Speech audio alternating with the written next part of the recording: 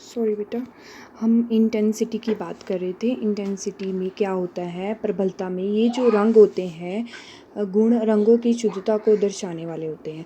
किसी भी रंग की जो शुद्धता उसकी चमक से, उसकी जो चमक है उसे प्रबल करती है। जितनी वो तीव्र होती है, तेज होती है, वो रंगों को उतना ही प्रबल करती है। अब ये जो भाव होते हैं किसी भी रंग को स्वयं में सामने से प्रबल करते हैं उसकी चमक द्वारा। जब तक वो चमकेंगे, उनके रंगों के बीच में चमक होगी, वो उसकी प्रबलता को दर्शाते रहेंगे। अब इसी प्रकार अन्य रंगों के मेल से उसकी तेजी को बदला जा सकता है, प्रभाव को बदला जा सकता है। अगर इसमें हम मिलावट कर दें, रंगों को आपस में बदल दें, तो वो उसकी प्रबलता को, टोन को कम कर देते हैं। इस प्रकार जो रंग बदलने के तरीक़ों को हम टोन भी कहते हैं।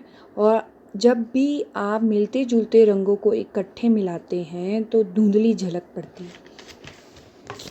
कहने का मतलब है कि मिलान, जो भी हम कलर का मिलान कर रहे हैं वो सही होना चाहिए। अब सारे कलर्स की जो अगर हम रंगों को आपस में जो मेल नहीं खाएंगे तो वो धुंधले कलर कहलाते हैं, ठीक है, जिनकी कोई प्रबलता नहीं होती है।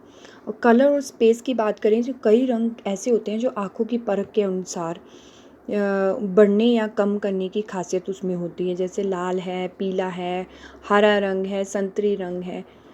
लाल, पीला और संतरी रंग जो है वो गर्म रंग होते हैं, हॉट कलर्स माने जाते हैं, ठीक है। अब जो कूल कलर्स की बात करें, नीला है, हरा है, ये खुले वातावरण में भी हमें दूर की वस्तुओं से नीली, उससे अधिक दूर वाली, कम रंग वाली दिखाई देती हैं। यानी ये वही डिस्टेंस लेवल की बात करते हैं कि अगर कोई लैंडस्केप बनाते हैं तो उसमें दूर और नज़दीक के चीज़ों की हम उसमें बात करते हैं, ठीक है। वह पीछे के हिस्सों में ग्रे रंग का प्रयोग किया जाता है ताकि वह प्राकृतिक रूप से दिखाए, कि नेचुरलिटी दिखाने के लिए अगर हम पहाड़ों के ऊपर थोड़ा ग्रे कलर करते हैं तो उसमें ऐसा लगता है कि ऊपर की तरफ कोई पहाड़ जो है उसमें मिट्टी है या फिर कोई बर्फ़ पड़ी है, तो उसमें जो डार्कनेस और लाइटनेस देते हैं वो प्राकृतिक के रूप के अनुसार दी जाती है। अब साइकोलॉजी कलर की बात करें तो इसकी जो वास्तविकता है, वे रंगों को देखने से कोई पक्का व जोरदार प्रभाव नहीं डालती है। इसकी जो धारणाएं होती हैं वो लाल और नीले रंग को देखने से पक्का प्रभाव डालती है। इनकी नेचुरल कलर है ये, ठीक है। इसी प्रकार जो रंगों का प्रभाव है वो मनुष्य के शारीरिक और मानसिक तौर पर उनके तजुर्बों के द्वारा देखा जाता है। क्योंकि नेचुरलिटी वाली बात बताई गई है बेटा इसमें, कि जो ये कलर्स होते हैं ना, ये व्यक्ति के भावों को प्रकट करते हैं। गर्म रंग जैसे पीला है, संतरी है, लाल रंग है, ठीक है। ये जैसे मैंने आपको बताया हॉट कलर होते हैं, लाल, हरा, नीला, संतरी, बैंगनी, पीला। अब इन रंगों को सही समान रूप से अगर हम बांट सकते हैं तो इनमें प्रबलता आती है। लाल रंग जो होता है वो स्त्रियों का प्रसिद्ध रंग माना जाता है। नीला रंग मध्य रंग के पुरुषों द्वारा पसंद किया जाता है। ब्लू रंग लड़कों बोलते हैं ना कई बार, जैसे कि अगर रूम डेकोरेट करने की बात आती है तो बाय बर्थ बच्चों की अगर लड़की होती है तो पिंक रूम बनाया जाता है, या तो फिर बॉयज़ का ब्लू रूम बनाया जाता है, तो वही कलर कॉम्बिनेशन रखा जाता है। तो तजुर्बे से ये पता चलता है कि जो स्त्रियां पुरुषों से अधिक रंगों के प्रति संवेदनशील होती हैं, तो नेचुरल सी बात है। और बड़े क्षेत्रों में शुद्ध रंगों का ही प्रयोग किया जाता है, ठीक है बेटा। ये तो थे कलर की योजना, वर्गाकार, स्क्वायर कलर के द्वारा, रेक्टेंगल के द्वारा, और स्वर्ण है, पूरक है, एक रंगी है, अनुरूप है। और क्वालिटीज़ ऑफ कलर्स की बात करें तो इसमें बल, रंगत, प्रबलता, रंग और जगह, रंग की आत्म विद्या की हमने बात की। नेक्स्ट जो है हमारा, इसके मूल्यांकन की बात करेंगे। कला का वर्तमान समय में अगर हम उनके पाठ्यक्रम के मुख्य स्थान की बात करें तो प्राचीन काल से जो कला है वो पाठ्यक्रम का अंग बनी है। विद्वानों ने कहा है कि कला ही जीवन है, जीवन ही कला है। परंतु आज के युग में कला का उपयुक्त मूल्यांकन दिखाई नहीं देता है।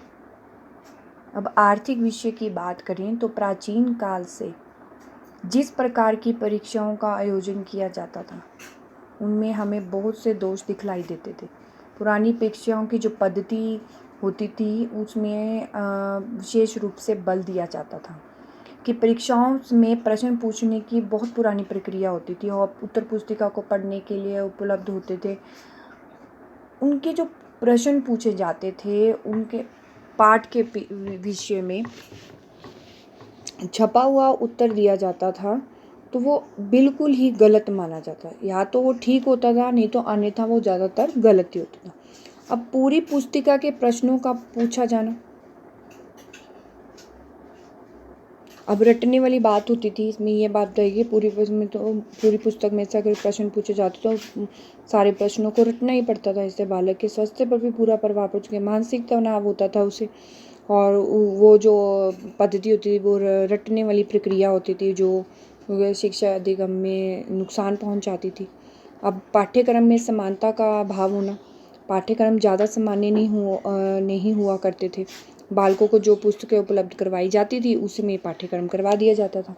फिर प्रश्नों का अनुमान लगाया, फिर उन्होंने छात्रों की कक्षा के विषय में संभावित भार अधिक होता था तो बालकों को प्रश्न अनुमान लगाते थे और अच्छे मुख्य प्रश्नों को स्मरण यानी कि रटवा दिया जाता था। ठीक है, यानी कि कहने के मतलब ये है कि जो उस टाइम की पद्धति थी वो ठीक नहीं थी, में बहुत कमियां पाई गई थी। आर्थिक विषय के रूप में पूरी पुस्तिका में से प्रश्न पूछ लिए जाते थे। पाठ्यक्रम में समानता का अभाव था, प्रश्नों का अनुमान नहीं लगा सकते। अनुचित कार्य करना, वो उनके लिए विद्यार्थी थक जाते थे, सारा दिन पढ़ना, कुछ और एक्टिविटी नहीं करवाते थे। अध्यापकों के मूड की बात होती थी, मूल्यांकन करते समय यदि शिक्षक अच्छे और हंसी के मूड में होते थे तो अच्छे नंबर दे देते थे, संभावना होती थी। और जैसे ही उनका मूड खराब हुआ तो विद्यार्थियों का मूल्यांकन खराब हो जाता था। कि अध्यापक के द्वारा की गई जो जांच प्रवृत्ति प्रतिकूल मानी गई है, जिसमें विद्यार्थियों के भविष्य पर पूरा प्रभाव पड़ता था। ठीक है, अब शिक्षक तो लिखावट को ही आधार मानकर मूल्यांकन करती थी। भाई बच्चे ने लिखा, नोटबुक बनाई है तो ठीक है, उनका मूल्यांकन कर दिया जाता था। उसकी एक्टिविटी, उसके दिमाग के ऊपर कोई प्रभाव नहीं दिया जाता। पढ़े हुए प्रश्नों का ही आना होता था, एक्स्ट्रा एक्टिविटी। जैसे आजकल प्रश्न पूछे जाते हैं वैसे प्रश्न नहीं पूछे जाते थे। जो करवाए हैं क्वेश्चन वही उनसे पूछना और अच्छी तरह पढ़ें और याद करें। परीक्षा में यही प्रश्न दोबारा पूछे जाएंगे। फिर परीक्षण का उद्देश्य ये होता था कि बच्चे के मूल्यांकन कितना अच्छा है, बालक ने कितना जो कार्य किया उसकी योग्यता के अनुसार भी किया कि नहीं। जो शिक्षक होता था किसी भी तरह के नतीजे पर पहुंचने में उस समय असमर्थ होते थे जब तक उन्हें वास्तविक ज्ञान नहीं होता था। खाली स्थानों की पूर्ति करना, उनको भरवा दिया जाता था। प्रश्नों में सही सूची बना दी जाती थी, वाक्यों के लिए कोई स्थान नहीं छोड़ा जाता था, गलत शब्द लिख दिए जाते थे।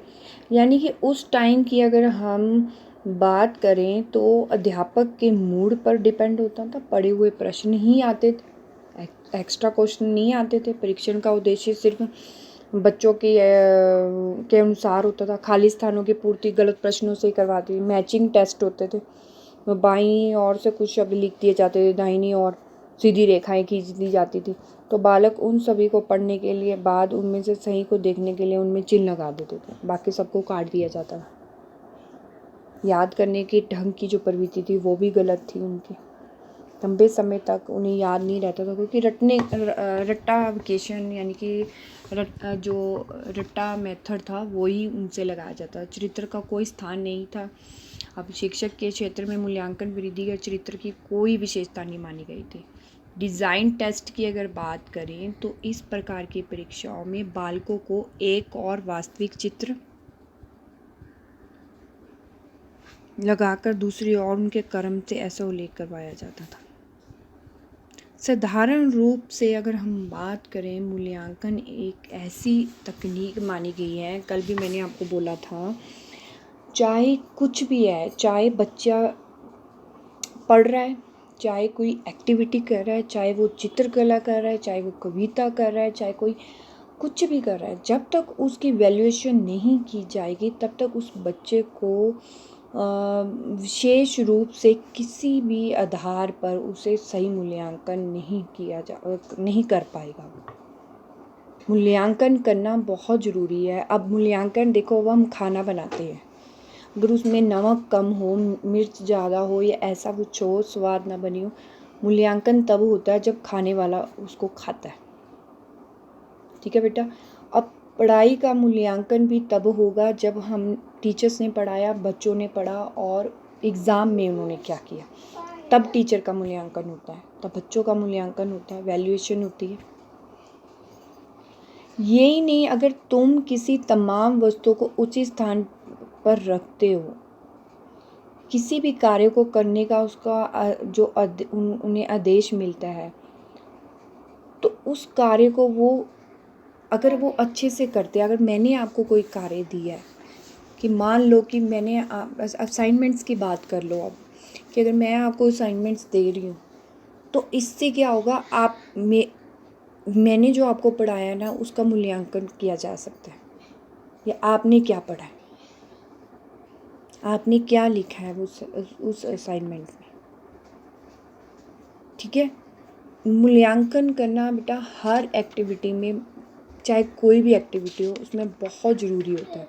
अब कला, इसमें हम आर्ट की बात कर रहे हैं, नाटक की बात करते हैं, तो आर्ट का मूल्यांकन तभी होगा अगर आपने रेखाओं के द्वारा उस आकृति बहुत अच्छे से दी है, लेकिन आपने उसे जो रंगों का सही आधार नहीं दिया है, और मान लो आपने कलर कर दिया अपने हिसाब से उस आकृति पर, हमारे मूल्यांकन करने पर वो कलर वो सही नहीं है, तो आपकी आकृति बिल्कुल सही नहीं मानी जाएगी। ठीक है। अब अगर हम किसी चित्र बनाते हैं तो उसमें हम कपड़ों को अलग कलर देते हैं, स्किन कलर देते हैं, फेस को, आँखों को ब्लैक कलर, लिप्स को रेड कलर देते हैं, बालों को ब्लैक कलर देते हैं, वो नेचुरलिटी हम दर्शाते हैं उस चीज़ को, वो हम सिर्फ रंगों के माध्यम से ही दर्शा सकते हैं। ठीक है बेटा।